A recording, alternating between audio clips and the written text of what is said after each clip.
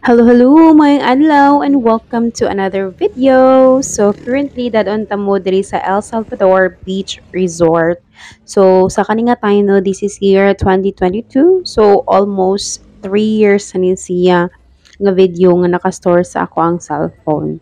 So, ang among buhaton diri karon or ani nga time is ang Barangay Development Planning Workshop. So as you can see, baguhay rami naabot and proceed mi lahos sa amo ang venue kay para we can start early and makahuman ta og early. Char, early ba ka ha? So sa walay paglangay-langay, atuan ang sugdan ato ang Barangay Development Planning or Mayong buntag!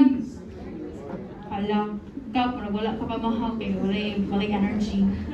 Hello! Mayong buntag! Okay, so welcome to our Barangay Development Planning.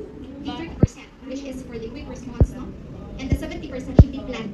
Okay, prepare this. So muna nga, ang ato is mutay afta sa NGO mga itag financial support para paghimo sa atong Problema kay kasagara sa atong mga subdivision is walay mga water treatment facilities.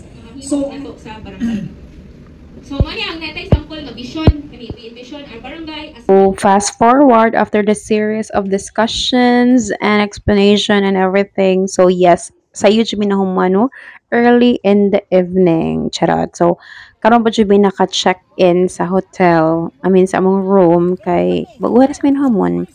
And while we are here, we are enjoying the night. So we decided nga mga ligo and then grabe kayo katugnaw. So I am together with the barangay councilors of Barangay Bakayan from the term 2018 to 2023. Ay, mga ligo na sila ka. Nalingaw mo sa mong katawan, no? Nalingaw mo sa mong katawan, no? kapit ating taasang tubiga o.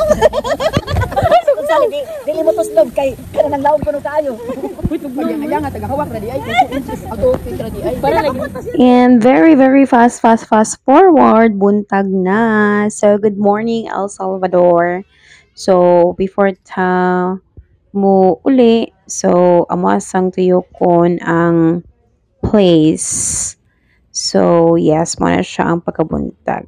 Okay, so, ari na lang ta kutob till my next panos nga video. Have a great day, everyone. Bye.